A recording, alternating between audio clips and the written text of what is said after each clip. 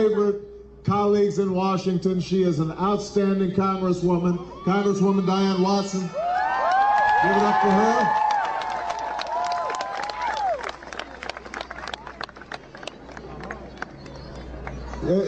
her. We need, if we have a medic, if we have somebody, I think we may have somebody outside. Somebody just fell. They probably fell a little bit faint. Are you okay? We need some water. Is somebody still on the ground? Out of there. Okay. All these people trying to get up there. You know, Can somebody get them some water? Is she okay?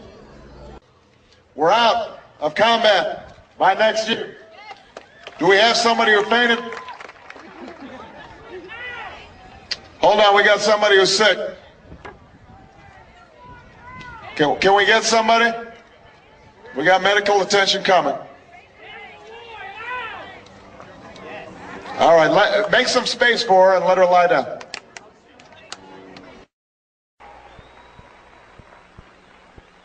We've got somebody down here. Do we already have the paramedic coming? Okay. Are you a paramedic right here? Okay, why don't you let her slide through? Sorry for the interruption, guys. All right. This is what happens. Folks get too excited about Oprah. If you're clear about your principles, is somebody okay? Did somebody just get faint? Make sure, give them a little space. All right. They're just a little overheated. Make sure that they get some water. Somebody got a bottle of water? You got one? Here.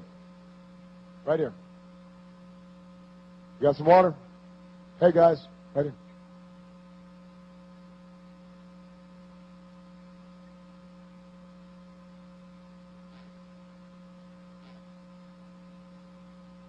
We're just going to make sure she's okay, all right? But she looks okay. Yeah, she's talking. For national security, you know, it looks like we have somebody who may have fainted.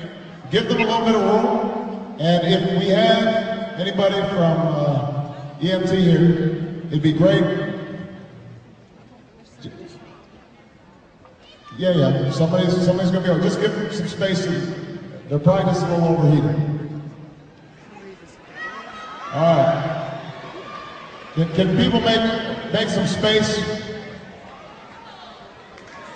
All right. Yeah. And if somebody has some water, there you go. You got good hands. All right. There you go.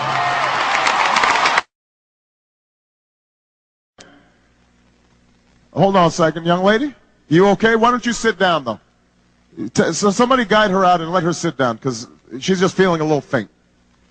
She's fine. You probably didn't eat lunch. That's the problem. She'll be okay. Why don't you help? Somebody help her just sit.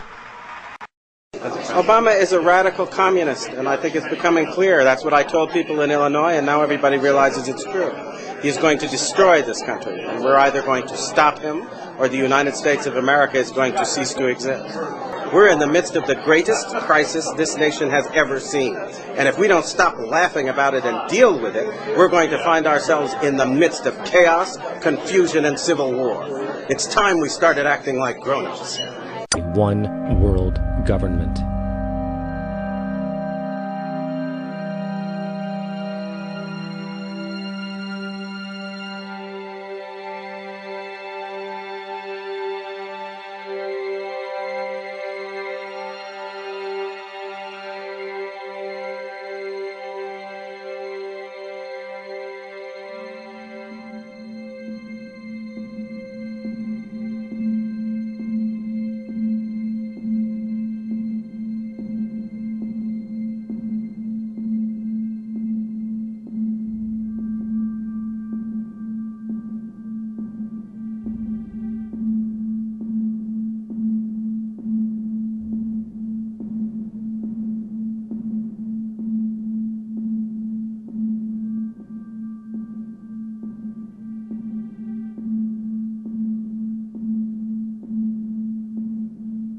One bank, one army, one center of power.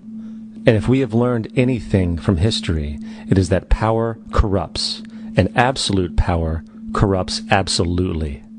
This is Aaron Russo, a filmmaker and former politician.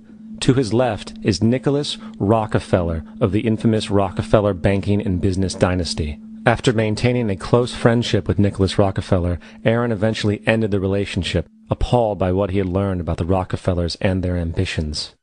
I got a call one day from an attorney woman I knew, and she said, "Would you like to meet one of the Rockefellers?" I said, "Sure, I'd love to."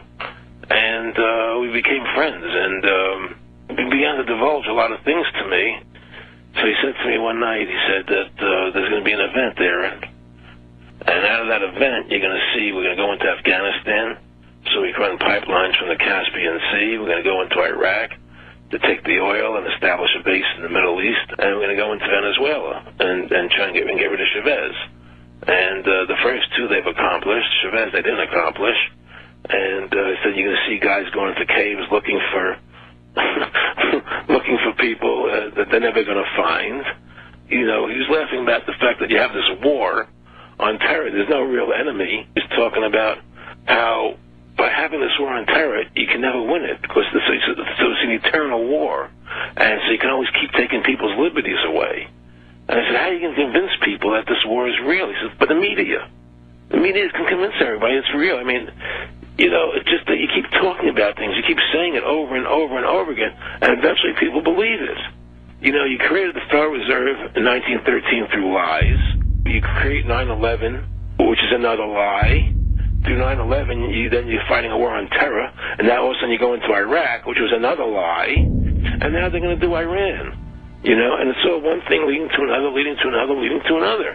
Now, I would say to them, what are you doing this for? What's the point of this thing? You have all the money in the world you ever want. You have all the power. I said, you know, you're hurting people. It's not a good thing. And he would say, what do you care about the people for? Take care of yourself and you take care of your family. And then I said to him, what are the ultimate goals here? He said, the ultimate goal is to get everybody in this world chipped with the RFID chip and have all money be on those chips and everything on those chips. And if anybody wants to protest what we do or violate what we want, we just turn off their chip. The next thing that happened is that the Grand Orient came along about 60 years later. That's the most virulent anti-Christian form of Masonry that exists in the world today. Just a few years after that, on May 1st, which is a high satanic holiday, a gentleman by the name of Adam Weishaupt started a group called the Illuminati Ordnen, or the Order of the Illuminati. And if you want to see the fruits of true Illuminism, look at what is known as the French Revolution. The French Revolution exists as kind of an antimatter version, if you will, of the American Revolution.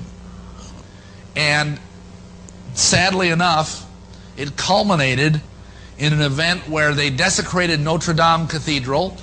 They enthroned a half-naked prostitute on the high altar and crowned her as the goddess of reason and put a torch in her hand. And believe it or not, this is the origin of the Statue of Liberty. It's not a nice, wonderful thing about freedom. That torch is the light of Lucifer. And that statue was built by a Mason, was designed by a French Freemason as a gift to American Freemasons. So I'm sorry if I just popped anybody's bubble there, but the Statue of Liberty is not a nice symbol. It's a symbol of the goddess of witchcraft, essentially, holding aloft the light of Lucifer. So we have Obama as a very important candidate because Obama represents also Prince Hall Freemasonry that is trying to get accepted in a wider manner in the last few years since recognition from the United Kingdom of England. You said Obama's trying to get recognition for Prince Hall Freemasonry. Yeah, because Prince Hall Freemasonry is already since the last...